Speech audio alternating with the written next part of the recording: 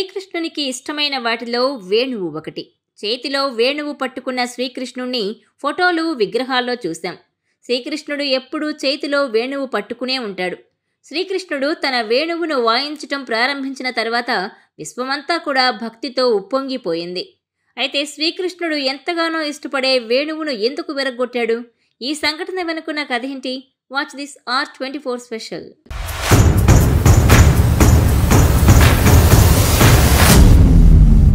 శ్రీకృష్ణుడు పట్టుకున్న వేణువు ప్రేమ, ఆనందం, ఆకర్షణకు చిహ్నంగా పరిగణిస్తారు.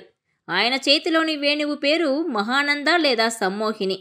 ఈ వేణువు శబ్దానికి ఎవరినైనా మంత్రముగ్ధులను చేసే శక్తి ఉంది.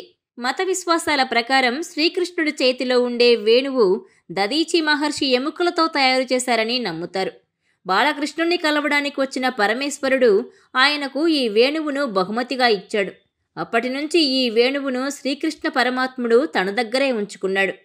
రాధ కూడా ఓసారి వేణువుతో, నా ప్రియమైన వేణువు, నేను కృష్ణుణ్ణి చాలా ప్రేమిస్తున్నానని చెప్పు, కానీ కృష్ణుడు నాకంటే ఎక్కువగా నిన్ను ప్రేమిస్తున్నాడు, తన పెదవులతో నిన్ను ముద్దాడుతాడు, దీనికి కారణమేంటి అని అడుగుతుంది. అప్పుడు వేణువు ఇలా అంటుంది, నేను నా శరీరాన్ని ముక్కలు చేసుకున్నాను, మధ్యలో రంధ్రాల కోసం మళ్లీ కత్తిరించుకున్నాను. కృష్ణుడి చేతిలో వేణువుగా ఉండాలని నేను ఎప్పుడూ కోరుకోలేదు. ఆయనే నాకీ మహద్భాగ్యాన్ని ప్రసాదించాడు. మీరు మాత్రం మీ కోరికల కోసం కృష్ణుణ్ణి ప్రార్థిస్తున్నారు అని రాధకు వివరిస్తుంది. శ్రీకృష్ణుడి చేతిలో ఉండే వేణువులోని 7 రంధ్రాలు మానవ శరీరంలోని 7 చక్రాలకు ప్రతీకలు. మానవుడిలోని 7 చక్రాలు శ్వాస ద్వారా వేణువుపైకి చేరతాయి. అందుకే వేణువు ద్వారా ఏ ఇద్దరు వ్యక్తులు ఒకే రాగాన్ని ఆలపించలేరు. మనసుకు అనుగుణంగానే సంగీతం ఉద్భవిస్తుంది. మనస్సు ఎప్పుడూ నిశ్చలంగా ఉండదు, మారుతూ ఉంటుంది. 2 మనసులు ఎన్నటికీ సరిపోలవు. అదేవిధంగా 2 రాగాలు ఒకేలా ఉండవు. అయినప్పటికీ వేణువు మాత్రం ఒకేలా ఉంటుంది. ఈ విశ్వంలోని ప్రతి వ్యక్తి జీవితం సృష్టికర్త చేతిలో వేణువు లాంటిది. మనసు ప్రశాంతంగా ఉంచుకునేందుకు ధ్యానం ఉపకరిస్తుంది. భగవంతుడికి దగ్గర చేస్తుంది. తన చివరి క్షణాల్లో రాధను ఏమైనా కోరుకోమని శ్రీకృష్ణుడు అడుగుతాడు. ఆమె తనకు వేణువుని ఇవ్వమని శ్రీకృష్ణుణ్ణి కోరింది. వేణుగానం వినగానే రాధ తన శరీరాన్ని విడిచిపెట్టిందని చెబుతారు.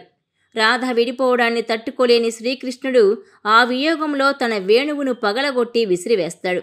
కంసుణ్ణి సంహరించిన తర్వాత శ్రీకృష్ణుడు రుక్మిణిని వివాహం చేసుకుని ద్వారకలో స్థిరపడ్డాడు. అయినప్పటికీ రుక్మిణి భార్యగా ధర్మాన్ని అనుసరించింది. ఎల్లప్పుడూ భగవంతుని సేవలో నిమగ్నమై ఉండేది. కానీ శ్రీకృష్ణుడు రాధను తన మనసు నుంచి ఎప్పటికీ తొలగించలేకపోయాడు. అందుకే శ్రీకృష్ణ భగవానుడు తన జీవితంలోని చివరి క్షణాల్లో రాధతోనే కలిసున్నాడని నమ్ముతారు. రాధాకృష్ణుల ప్రేమ ఎప్పటికీ చెక్కు చెరగనిది. వారి ప్రేమను ఎవరూ అధిగమించలేరు. వారి మధ్య ఉన్న ప్రేమ కారణంగానే మనం ఎక్కువగా రాధాకృష్ణుల చిత్రాలను, విగ్రహాలనే చూస్తూ ఉంటాం.